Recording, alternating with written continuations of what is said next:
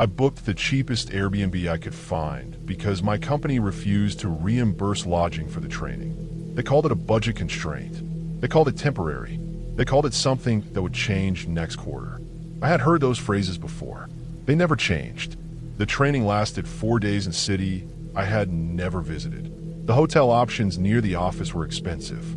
Even the lowest rated motels cost more than I wanted to spend. I opened Airbnb and sorted by price. The cheapest listing was less than half the cost of everything else. The listing showed a single-bedroom apartment above a closed bar. The photos were dim but clean. Beige carpet, plain white walls, a small kitchen with older appliances. The description said it was quiet because the bar had shut down months earlier. The host had good ratings. Most reviews were short. People mentioned convenience and affordability. Nobody said much else. The host never met me. He sent instructions through the app. A keypad code for the outside door. Another code for the unit itself. He said he lived out of town and managed the property remotely. I arrived around 8:15 p.m. after driving 6 hours straight. The street looked empty. Most of the businesses were closed. The bar downstairs had dark windows covered in dust. The sign still hung above the door, tilted slightly to one side. Some of the letters had fallen off. Only a few remained. The outside door to the building was metal and heavy. The keypad numbers were worn smooth. I entered the code and heard the lock release. Inside, the stairwell smelled stale. The air carried a mix of old beer, damp wood, and something electrical. The lighting was dim and yellow. My footsteps echoed as I went up the stairs. The carpet on the steps was flattened and discolored in the center. The railing felt loose when I touched it. The unit door was at the top. I entered the second code. The lock clicked open immediately. Inside, everything matched the photos. The apartment looked normal, but worn. The carpet had been pressed down by years of use. The fibers leaned in the same direction, permanently shaped by traffic. The couch cushions sagged slightly in the center.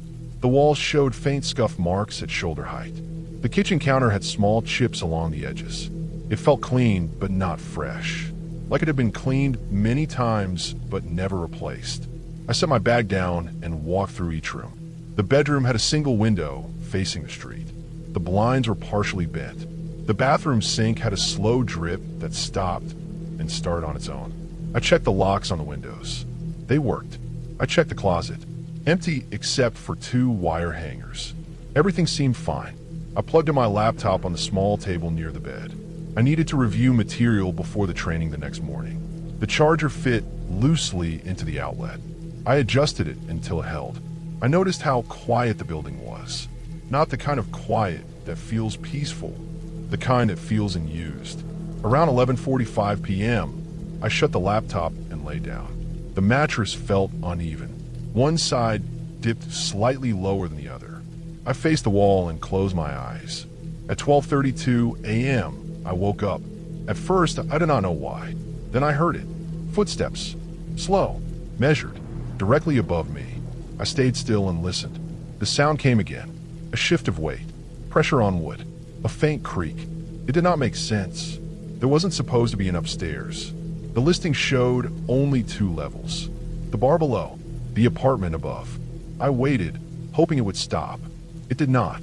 The footsteps continued, moving from one side to the other. My chest tightened. I sat up. The ceiling looked flat and plain. No visible access panels. No attic hatch. I stood and walked into the hallway. That was when I saw the door. I had walked through the apartment earlier. I had checked everything. I was certain of it. But now there was a door at the end of the hallway. It blended into the wall. Same color. Same trim. I knew it had been there all along. I just had not noticed it. I approached slowly. The handle was metal and cold. I turned it. Locked. I pressed my ear against the surface. Inside, I heard movement. Subtle shifting. Like fabric brushing against something. And underneath it, a low electrical hum. Constant. Steady. Not loud, but present. My throat went dry. I stepped back. The hum continued. I stood there for several minutes, listening, trying to understand what it could be. The sound never changed. Eventually, exhaustion forced me back into the bedroom. I did not sleep deeply. My mind stayed alert. Every small sound pulled me awake. The footsteps stopped at some point, but the hum stayed in my memory.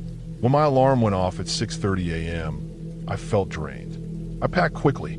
I did not check the hallway door again. I left the apartment by 7:05 a.m. and drove straight to the training. I never returned that night.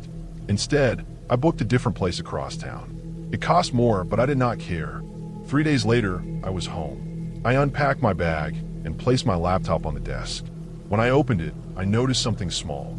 The camera indicator light. It was on, a tiny white dot beside the lens. I stared at it. I closed all applications. The light stayed on. I restarted the laptop. The light turned off during reboot, then turned back on when the system loaded. A cold feeling settled in my stomach. I opened the task manager. I looked for anything unusual. One process stood out. It did not have a name I recognized. It used almost no resources, but it had permission to access the camera. I disabled it. The light turned off immediately. I ran a full security scan. It found remote access software buried deep in the system, installed 3 nights earlier. The same night, I stayed in that apartment. I checked the timestamps. The installation occurred at 12:41 a.m., 9 minutes after I woke up to the footsteps. My hands felt numb. I thought about the locked door, the electrical hum. Someone had been above me. Someone with access to wiring, to network equipment. I opened the laptop logs. I searched the connection history. There was a network I did not recognize. Its signal had been strongest between midnight and 4 a.m. Its name did not appear on the list of visible networks. It was hidden, but my laptop had connected to it automatically. I remembered plugging the charger into the loose outlet. I remembered adjusting it. That outlet could have contained hardware, something designed to inject malware through the power line or nearby signal. Or someone upstairs had used proximity-based access, direct wireless exploitation from above. Either way, the timing matched. They needed me asleep. They needed my laptop powered on. They needed time. I contacted Airbnb support. They asked for details. I provided everything. They escalated the report. 2 weeks later, they sent a follow-up message. The listing had been removed. The host account had been suspended pending investigation. No explanation beyond that. I searched the address online. I found property records. The building still belonged to the same owner who operated the bar. No separate apartment registration existed. The space above the bar was never legally divided, which meant the door in the hallway likely led to the original upper floor. The real upstairs, not a separate unit, a hidden section used without disclosure. I realized then how simple it had been. Offer a cheap listing. Wait for someone traveling alone. Provide remote entry instructions. Stay upstairs, out of sight. Access devices during the night. Collect whatever data they wanted. Passwords, files, camera access. I went through everything on my laptop. I changed every password I had. Bank accounts, email, work systems. Nothing appeared stolen. No financial activity. No unauthorized logins. But that did not matter. Someone had watched. Someone had been above me, moving carefully, waiting, listening to my breathing through the ceiling. And when I lay there in the dark, thinking I was alone, my laptop camera had been on the entire night. I booked the cabin through Airbnb 2 days after my divorce finalized. I picked Asheville because I had gone there once in college and remembered the mountains feeling quiet in a way that didn't ask anything from you. I did not want distraction. I wanted distance. I wanted a place where nobody knew me and nobody expected anything from me. The listing said completely private. The photos showed a small A-frame cabin with dark wood siding and a steep roof. Pine trees surrounded it on all sides. There was no fence, no visible neighbors, no road except the gravel strip leading up to it. The host had good reviews. People mentioned silence, stars, and clean air. I arrived at 6:40 p.m., just after sunset. The gravel road narrowed about 10 minutes before the cabin. My headlights reached only a short distance ahead, swallowed by trees. Branches leaned close, and dust lifted behind my tires. The dust hung in the beams like smoke, slow and thick. When the cabin came into view, it looked smaller than the photos. The wood was darker, damp from the cold. No lights were on. No porch light, no window glow. just a black shape against darker trees. I parked in front of it and turned off the engine. The silence settled fast. No distant traffic, no wind, no insects, just the ticking of the engine cooling. When I stepped out, the air felt heavier than I expected. Colder too. It pressed through my jacket. The gravel shifted under my shoes. My breath showed faintly. I walked up the short path to the front door. The porch creaked once under my weight. I unlocked the door using the keypad code the host had sent earlier. The lock clicked open without resistance. Inside, the air was colder than outside. I closed the door behind me and stood still, listening. Nothing moved. The silence inside felt different from outside, more sealed. The thermostat on the wall read 51 degrees Fahrenheit. The cabin smelled damp. Wet wood, something metallic beneath it. Not strong, but present, like old nails or rust. I turned on the overhead light in the main room. It flickered once, then stayed steady. The room was small. A couch against one wall, a narrow staircase leading up to a loft, a small kitchen table near the window. Everything looked clean, but unused, like nobody had been there in weeks. I walked through each part of the cabin slowly. The bathroom was cold, tiles stiff under my shoes. The bedroom downstairs had a narrow bed with folded blankets. The loft above had another mattress and a small window facing the trees. No personal items, no signs of anyone living there. I returned to the main room and adjusted the thermostat higher. The heater clicked, then began pushing air through the vents. The air smelled dusty, like it had not run in a long time. I unpacked my bag and placed it near the couch. My phone had one bar signal, enough to scroll, not enough to rely on. By 9:12 p.m., I sat at the kitchen table scrolling without focus. My eyes moved over headlines and messages I did not read. The cabin creaked occasionally as the heater warmed the wood. Then I heard gravel crunch outside. It was slow, deliberate. 3 steps, then nothing. My body went still. I listened harder. Nothing followed. I stood and turned off the overhead light. The cabin went dark except for the faint blue glow of my phone. I walked to the window and looked out. The glass reflected my silhouette. The trees beyond it blended into darkness. No movement, no shape, nothing I could point to. I stayed there for almost a minute. My breathing slowed. I told myself it was an animal. Deer moved quietly, but still disturbed gravel. Raccoons too. I turned the light back on and sat again. At 10:03 p.m., it happened again. 3 steps. Pause. 3 more. The sound was unmistakable. Weight shifting gravel. Controlled. Slow. The sound moved from one side of the cabin to the other, circling it. I stood again, this time without turning off the light. I walked to the front door and listened. Nothing. I waited. Still nothing. My reflection stared back at me in the small window beside the door. I opened the door quickly and stepped onto the porch. Cold air pressed into my lungs. The gravel in front of me looked undisturbed. No movement. No sound. The trees stood silent. I stepped down from the porch and walked a few feet into the gravel area. My shoes crunched loudly. The sound felt too loud in the silence. I scanned the ground. That was when I saw them. Footprints. Not mine. They were faint, partially disturbed by my tires. But they were there. Shoe prints, adult size. The pattern was deep enough to show weight. The gravel had shifted under them. They led toward the cabin, not away. I stood there, looking at them, feeling something tighten inside my chest.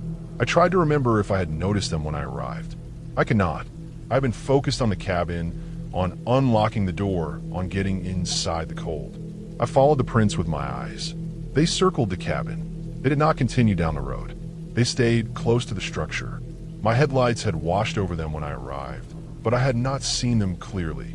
The dust and darkness had hidden them. I stepped backward toward the porch, feeling exposed standing there. I went back inside and locked the door. My hands felt colder now. I checked the windows. All locked. I turned off the lights again and waited in darkness. Time moved slowly. At 11:47 p.m., the realization settled fully. The footprints had been there before I arrived. They had not been leaving. They had been waiting. I stood in the dark, listening to my own breathing. Every small creak from the cabin made my body tense. The heater clicked on and off, each sound sharp in the silence. I did not sleep. I sat on the couch with my back against the wall, facing the door. My phone battery dropped steadily. Signal came and went. Around 2 a.m., exhaustion began to blur my focus. My eyes closed briefly, then opened again. My neck stiffened from staying upright. At 3:18 a.m., I heard again. Closer, right outside the door. A single step, then another. The wood of the porch creaked. My body froze completely. The door handle did not move. Nothing touched the lock. The steps moved away slowly toward the side of the cabin. I remained motionless, barely breathing. The steps faded. I waited until faint light began to show through the window. At 6:32 a.m., I stood and walked to the window. The trees appeared gray in early light. The gravel area was visible now. The footprints were clearer, and there were new ones. Fresh impressions layered over the old. They had come back during the night. They had walked around the cabin again. I opened the door slowly and stepped outside. The air was colder than the day before.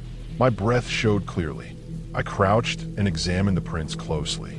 They were from a boot. Worn sole, deep heel impression, adult weight. They approached the cabin, circled it, stopped near the door, then moved away toward the trees.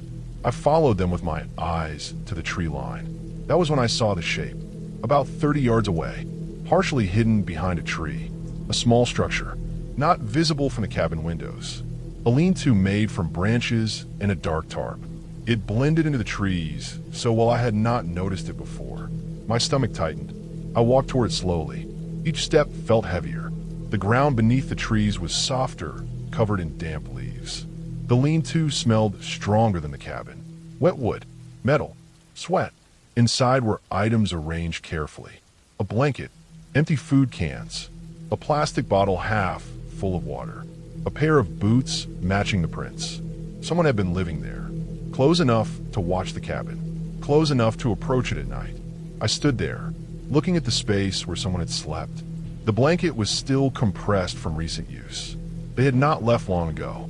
They had been there while I slept inside, or tried to. I returned to the cabin quickly, packed my bag without hesitation, and left. I did not stop until I reached the main road. Later, I contacted the host and reported the structure and the footprints. The host responded hours later. They claimed they had not visited the property in weeks. They said they would check on it. I also contacted local authorities and described everything. They said they would investigate. A week later, I received a follow-up message. They had found evidence of someone living on the property without permission. The lean-to had been dismantled. The person was gone. No arrest was made. They believed it had been someone using the remote location to stay hidden, watching the cabin, waiting for occupants to leave, possibly entering when empty. I thought about the footprints circling the cabin, about the steps outside the door, about how close they had been while I sat inside, unaware at first. They had not tried to force entry. They had only walked around it, watching, waiting. I never returned to that place.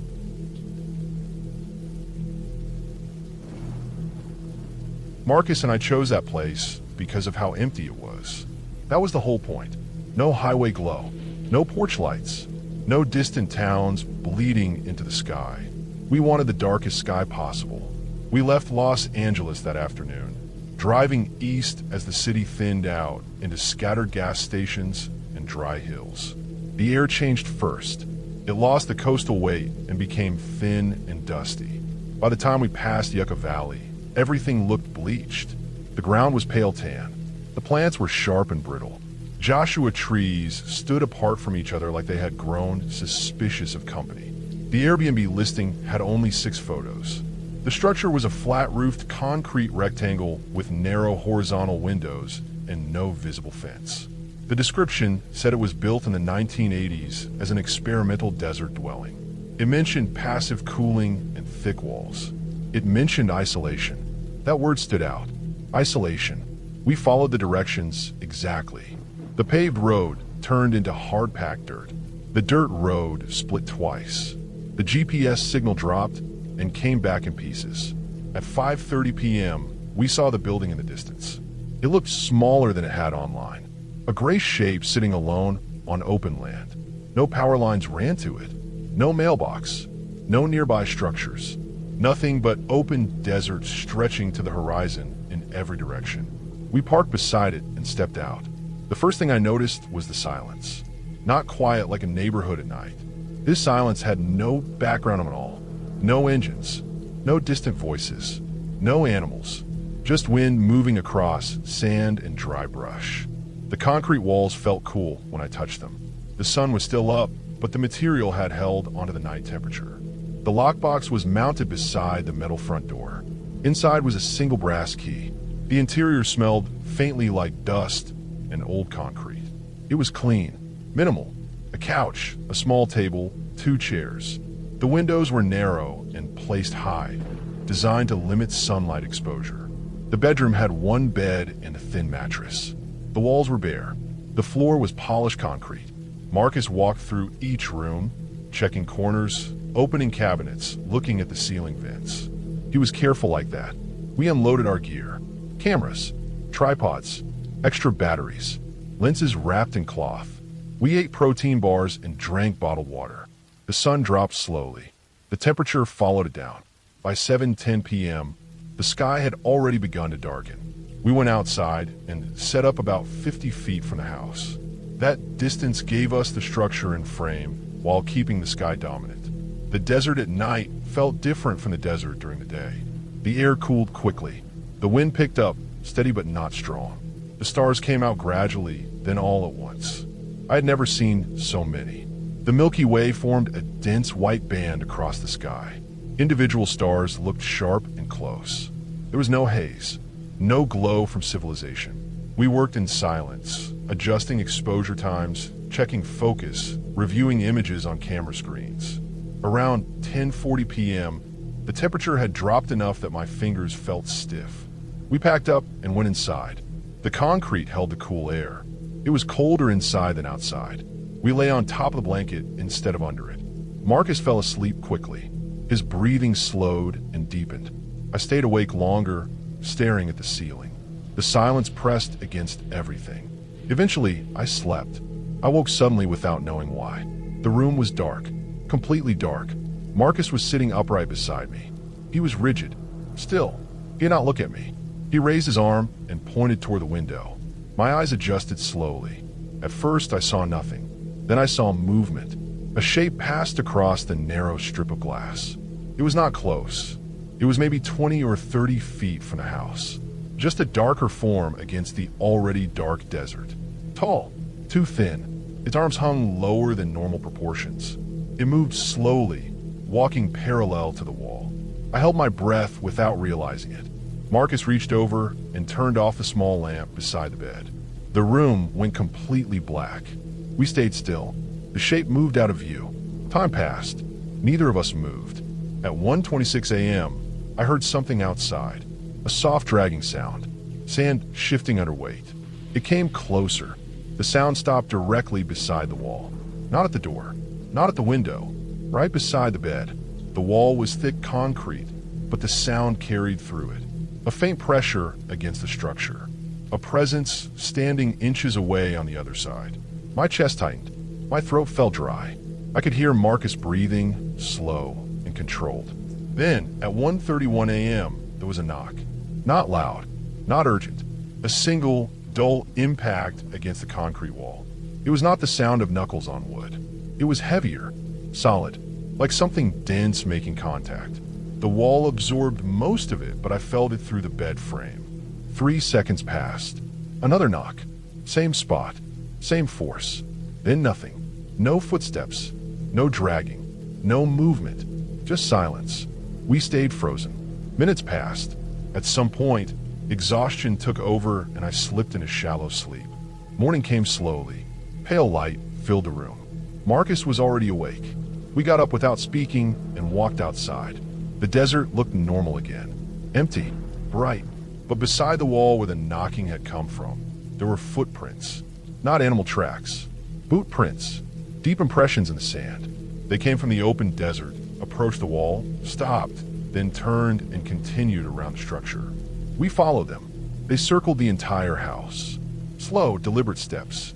Not random. Not wandering. Intentional.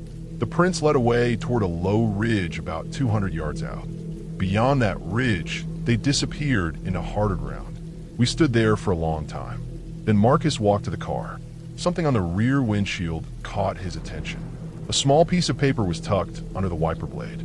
It had not been there the night before. He pulled it free and handed it to me. The paper was folded once. Inside was a printed message. Not for guest use.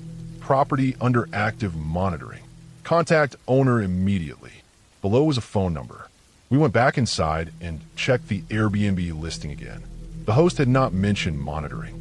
No cameras were visible inside or outside. Marcus searched the exterior walls carefully. On the roofline, near the back corner, he found it. A small dome camera, painted gray to match the concrete. It faced outward, covering the open desert. Not the door, not the driveway, the desert. Marcus called the number. The owner answered. Marcus put the phone on speaker. The owner sounded tense. He explained everything clearly. The property had been vacant for several months before being listed again. During that time, someone had begun using the area around it at night. They never broke in, never damaged anything. They just walked around it, circled it, observed it. Trail cameras had captured images. One person, male, thin, extremely thin. He came after midnight, stayed for hours, left before sunrise. The owner had contacted local authorities. They searched the area, but found nothing. No camps, no vehicles, no identity. The owner had installed monitoring cameras and resumed renting the property, hoping activity had stopped. It had not. The owner confirmed the time stamps from the camera. 1:17 a.m., the figure approached from the east. 1:26 a.m., he stood beside the bedroom wall. 1:31 a.m., he raised his arm and struck the concrete once. He remained there for 2 minutes. Then he walked around the house and left. The camera footage showed his face clearly. He wore no mask, no hat, just a man in his 40s with hollow cheeks and sunken eyes. Local authorities identified him 2 weeks later. He was a former construction worker who had helped build the structure in 1983. He had suffered a severe heat stroke during construction and had been hospitalized. He never returned to work. He lost his home years later and began living in the desert. He had developed a pattern. He returned to places he had helped build, not to enter, not to damage, just to stand near them, to touch the walls, to circle them. The knocking was not random. It was deliberate contact, a physical confirmation. He had been doing it for years. Authorities located him 3 days after our stay, living in a shallow wash about a mile from the property. He was dehydrated and malnourished, but alive. He was taken to a medical facility. The owner removed the Airbnb listing permanently. Marcus and I never went back. What stayed with me was not fear of harm. It was the image of someone walking through empty desert at night, returning to a structure he remembered building decades earlier, placing his hand against the same wall and knocking once, as if confirming it was still real. I rented the basement because it was the cheapest option within driving distance of the contract job I'd taken. The listing photos were dim and carefully framed. Low angles, warm lighting, no wide shots. The price was less than half of anything else nearby. I told myself it was temporary. 3 weeks, enough time to finish the job and leave. The house sat at the end of a narrow residential street lined with older homes. Faded siding, patchy lawns, quiet, no sidewalks, just asphalt and drainage ditches along both sides. The place looked normal from the outside. 2 stories, white paint peeling in long strips, a detached garage leaning slightly toward the alley behind it. The basement entrance was around the back, down a short set of concrete steps. The air changed as soon as I opened the basement door. It was cooler and damp, carrying a faint smell of concrete dust and something stale underneath. Not mold exactly, just old air, the kind that never fully moved. The ceiling was lower than I expected. I had to duck slightly as I stepped inside. Pipes ran exposed across the entire ceiling, wrapped in aging foam insulation that had split open in places. Metal brackets held everything in place, bolted directly into the joists. The pipes made small ticking sounds, sharp and irregular, heat expanding and contracting. The floor was bare concrete, sealed with a glossy coat that reflected the overhead light. The bed sat against the far wall. A thin mattress on a metal frame, a small dresser, a folding table with a microwave. A narrow door led to a bathroom with a shower stall and a small sink. It felt temporary, functional, nothing more. I set my bag down and walked the perimeter. The walls were painted white, but the paint was uneven. I noticed patches where the texture changed slightly, areas where the surface looked newer. Rectangular shapes faintly visible beneath the paint. I didn't think much of it then. The first night, I went to bed around 11. The mattress was firmer than I liked. The room stayed cool, even with the small space heater running near the foot of the bed.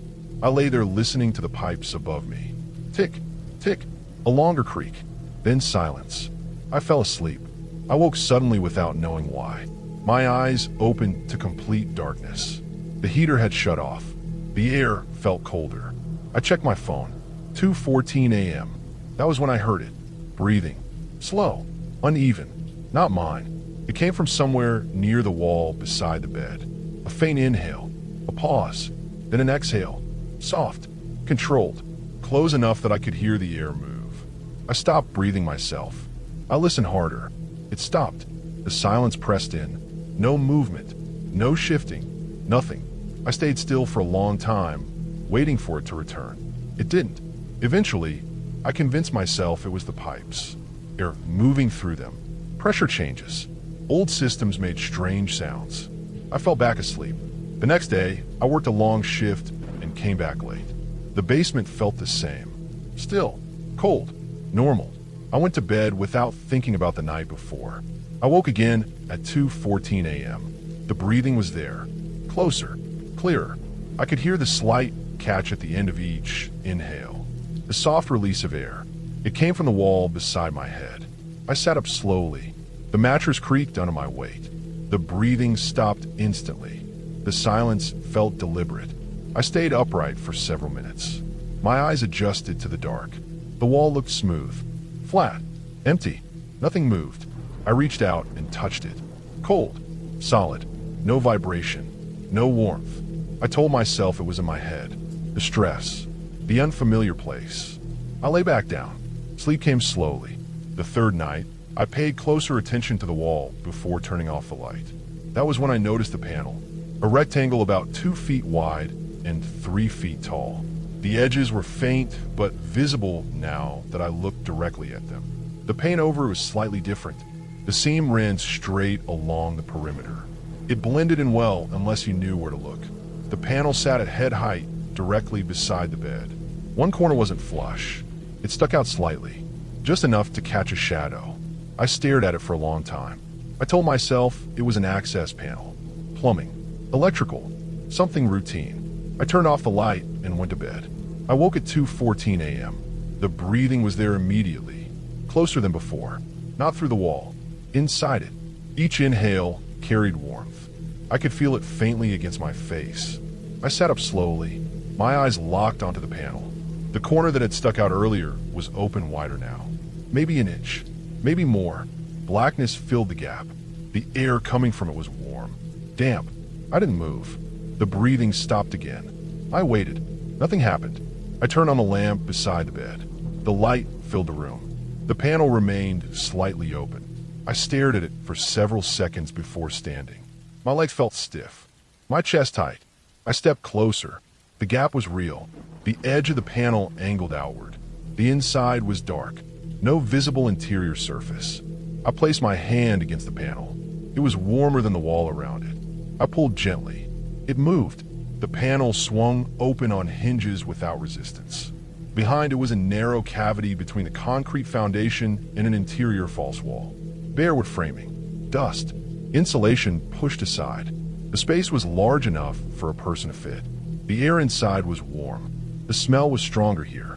Body odor, stale sweat. I leaned closer and saw something that didn't belong. A flattened area in the dust. Repeated marks, pressure points, knee impressions, handprints. Someone had been inside that space. Recently, I stepped back and closed the panel slowly. I didn't sleep that night. In the morning, I examined the basement more carefully. I checked every wall.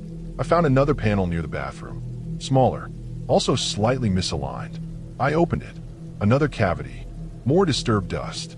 I looked at the ceiling. The pipes ran toward one corner where they disappeared into the wall. That corner had a faint outline. Another seam. I opened it. The cavity extended upward, toward the floor above. I understood then. The false walls created hidden spaces throughout the basement. Spaces large enough to move through. Spaces that connected. That night, I didn't turn off the light. I sat on the bed and waited. At 2:14 a.m., the breathing returned. From the panel. Slow. Careful. I didn't move. The panel shifted slightly. The edge flexed inward. Someone was pushing against it. Testing it. I stayed still. After a minute, the pressure stopped. The breathing faded. I heard faint movement inside the wall. Slow repositioning. Weight shifting carefully to avoid sound. I waited until morning. I packed my things and left. Before leaving, I checked the exterior of the house. Around the back, near the basement steps, I saw a narrow metal door partially hidden behind a stack of old boards. It blended into the foundation. It was unlocked. Inside was a crawlspace entrance. The air smelled the same. Warm. Used.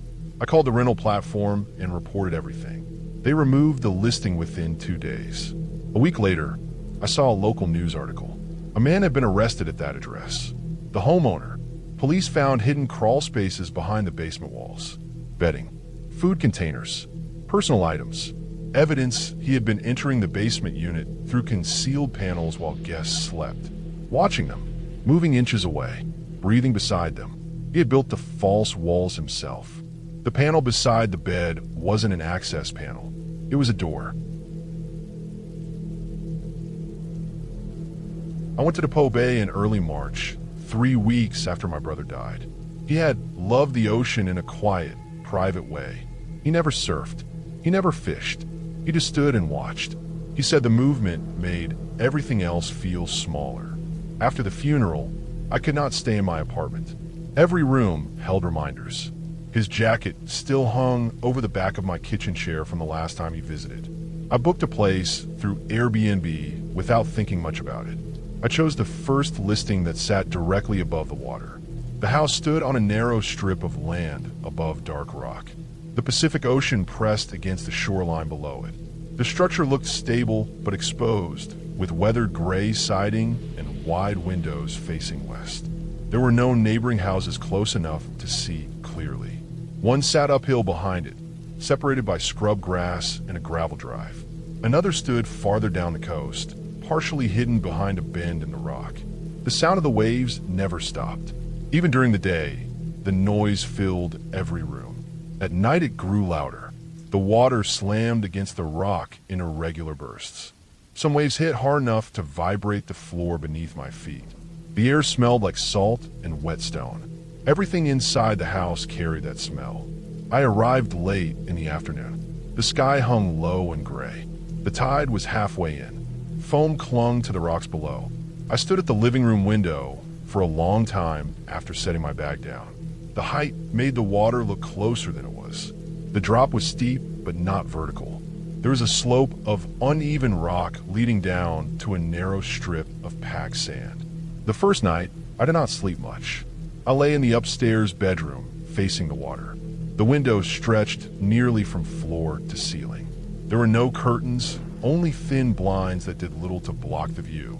I watched the horizon until it disappeared into darkness. The waves sounded louder after midnight.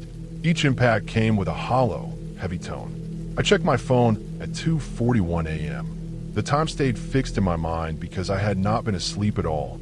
My chest felt tight in a way that had become familiar since my brother died. I got out of bed and stepped toward the window. The moon had come out. The light reflected off the water in broken lines. That was when I saw the footprints. They were clear and pale against the darker sand. Bare footprints. Human. They began near the waterline, where the sand looked smooth and damp. They moved in a straight path toward the base of the house. Each step was distinct. Heel. Arched toes. The impressions looked fresh. The edges had not softened. I followed them upward with my eyes. They reached the rock just below the house and continued onto the small strip of sand at the base of the foundation. Then they stopped. They ended directly beneath my bedroom window. There were no prints leading away. I stood still for a long time. My breathing slowed. I watched for movement. The sand remained empty. The water moved in and out below, but nothing touched those prints. The wall beneath the window was bare siding. There was no ladder, no steps, no path. I stepped back from the glass and turned on the bedside lamp. The room looked ordinary. My bag sat near the dresser. My jacket hung over the back of a chair. Nothing inside had changed. I turned the lamp off and looked outside again. The footprints were still there. I did not go back to sleep. When morning came, the tide had risen. The water covered the area where the prints had started. The sand beneath the window remained dry. The prints were still visible there, clear as before. I went outside after sunrise. The air felt cold and damp. I walked down the slope carefully, placing my feet on stable rock. When I reached the sand, I stood beside the prints. They were smaller than I expected. Narrow feet, adult but thin. The toes pressed deeply, as if the person had shifted weight forward. The last print sat less than a foot from the foundation. I looked up at the siding. There were faint streaks of dried salt running vertically. Near the bottom, I saw a rectangular panel about 2 feet wide. It sat flush with the wall. The edges were slightly uneven. I crouched and touched it. The panel moved inward under light pressure. It was not secured. I pushed harder. The panel shifted enough to reveal a dark gap behind it. A crawl space. The opening was large enough for a person to enter. I froze there for several seconds, my hand still on the panel. The sand beneath my feet held only the prints I had seen from the window.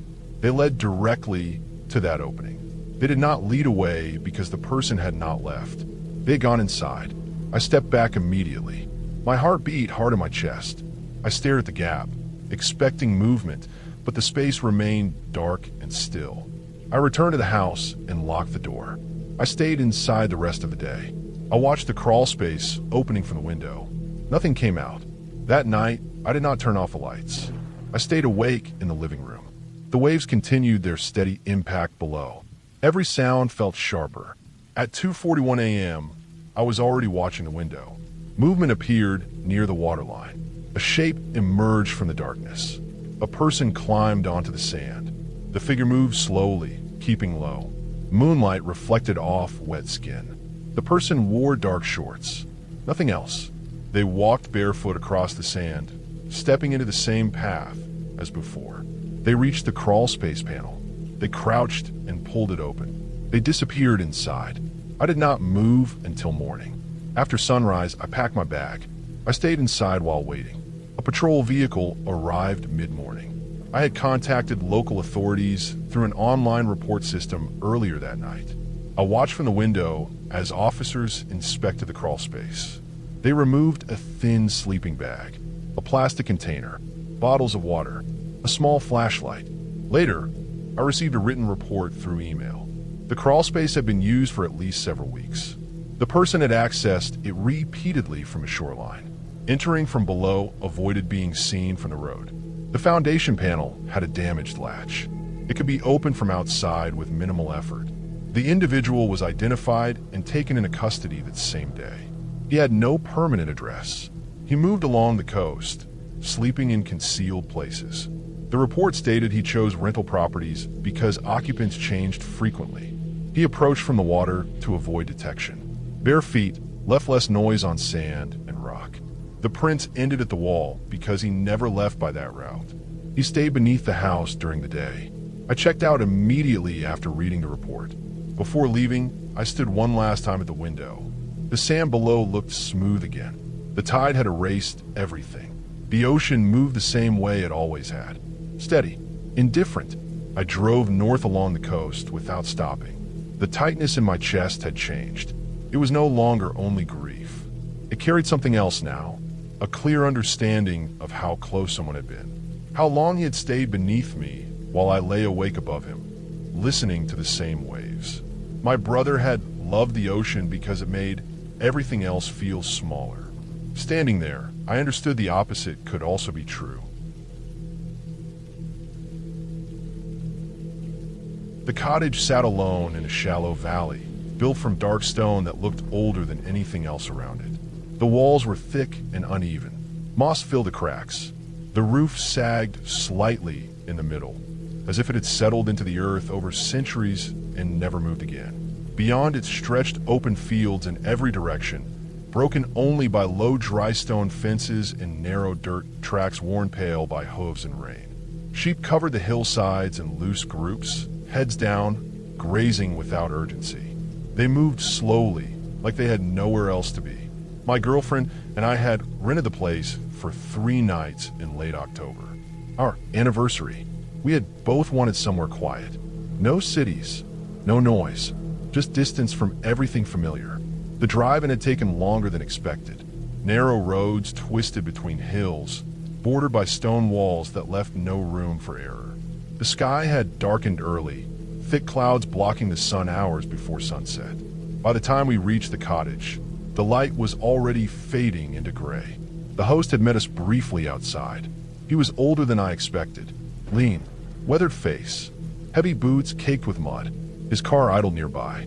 He handed over the keys, pointed out where to park, and showed us how to work the heating. His voice stayed calm, almost detached, like he had explained the same things too many times. As he turned to leave, he added one last thing. Don't go out at night. He said it casually, without emphasis, like a reminder to close a window if it rained. I assumed he meant uneven ground, loose livestock, no streetlights. It felt like practical advice, nothing more. Inside, the cottage smelled faintly of damp stone and wood smoke. The air felt cool, even with the heating on. The floors creaked with every step. The windows were small, set deep into the walls, their glass slightly warped. Outside, sheep dotted the hills like pale shapes against the darkening grass. That first evening passed quietly. We ate food we had brought with us, sat on the couch, watched shadows stretch across the fields as night took over completely. No artificial light reached the valley. No cars passed. No distant houses glowed. The darkness felt complete. When we went to bed, the silence stood out more than anything else. No traffic, no voices, just wind brushing across the stone walls and faint, occasional movement from the sheep outside. I woke suddenly at 3:02 a.m. At first, I did not understand what had pulled me from sleep. My eyes stayed closed, my body still. Then I heard it again, a sheep screaming, not bleating, not calling, screaming. It sounded raw, desperate, long and unbroken. The sound carried clearly through the walls, rising and falling in uneven bursts. It did not sound like an animal making noise out of habit. It sounded like pain. I lay there, completely awake now, listening. The scream continued. It stretched far longer than it should have. At least 40 seconds, maybe longer. The sound scraped against something deep in my chest. Then it stopped, not gradually, not fading. It stopped instantly. The silence that followed felt heavier than before. I waited, listening for movement, for anything. Nothing came. Eventually, exhaustion pulled me back under. In the morning, the sky hung low and gray. Moisture clung to the grass. Everything looked flat and muted. I stepped outside and saw the sheep immediately. One lay near the fence about 30 yards from the cottage. It rested on its side, legs stiff and angled wrong. Its head lay flat against the ground. Its eyes remained open. I walked closer. No blood marked the wool. No visible wound. No disturbance in the grass around it. It looked like it had simply fallen over and stopped. The other sheep kept their distance, grazing farther up the hill. None approached the body. I stood there longer than I realized, staring down at it. Something about its stillness felt wrong. Animals rarely die without struggle, without signs. The air felt colder near it. I went back inside without touching it. The rest of the day passed under low clouds and steady wind. We stayed close to the cottage, walked short distances, took photos, tried to relax. By evening, unease had settled quietly into the background. Neither of us mentioned Scream. Night came early again. The darkness pressed close to the windows. We went to bed earlier than usual. I woke again during the night. This time, no scream, just scratching. Slow, deliberate. The sound came from outside the bedroom wall. A dragging noise, rough against stone. It moved horizontally, inch by inch, like something testing the surface. I stayed still, listening carefully. The scratching continued for several seconds, stopped, then resumed slightly farther along. It did not sound random. It sounded controlled. My breathing stayed shallow. Every small movement I made felt too loud. The sound reached the corner of the wall and stopped. Silence followed. I did not sleep again that night. In the morning, I stepped outside immediately. The stone wall showed faint marks near the base.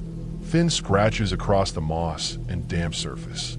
Some fresh, some older. They ran parallel to the ground, about knee height. I crouched closer. The marks had depth, not deep enough to break the stone, deep enough to scrape away moss and dirt. They stretched along several feet of wall. I walked farther around the cottage. More marks appeared near the back. Same height, same direction. I looked across the field toward the dead sheep. It was gone. No body, no remains, only flattened grass where it had been. I stared at the empty spot for a long time. Nothing else looked disturbed. No drag marks, no blood, just absence. That afternoon, while walking near the fence, I noticed a break in the wire farther down the slope. The metal strands bent outward. The gap sat wide enough for something large to pass through. The ground nearby showed heavy impressions pressed deep into the soft soil. Not hoof prints, boot prints, multiple. The edges looked fresh. They led across the field, toward the direction of the cottage, then curved away along the stone wall before disappearing into thicker grass. My stomach tightened. I followed the line carefully, scanning ahead. Farther along, near a shallow dip in the land, I found darker patches in the grass.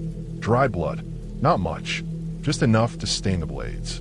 Nearby lay a length of thin rope, frayed at one end. The pattern became clear slowly. Not predators. People. Someone had entered the field during the night, cornered the sheep, restrained it, killed it cleanly, removed it, quietly. The scream had been the moment they caught it. The scratches on the wall came later. Testing the structure, checking inside, seeing if anyone noticed. I returned to the cottage immediately, locked the door, checked every window. The realization settled fully only then. The host had not been warning about animals. He had been warning about people. That night, I stayed awake. No scratching came, no screams, only wind. At first light, we packed everything and left. As we drove away, I looked back once. The cottage stood exactly as before. Still, silent, isolated. Weeks later, I searched local reports. Sheep theft had increased across rural areas. Organized groups moved at night. Quiet vehicles, clean kills, no trace left behind. Farmers lost livestock without explanation. Some thieves approached isolated buildings first, checking for witnesses, testing doors, walls, making sure no one interfered. We had slept inside while they moved only yards away. The scratching had not been curiosity. It had been evaluation. They had decided we were not worth the risk. That decision was the only reason nothing worse happened.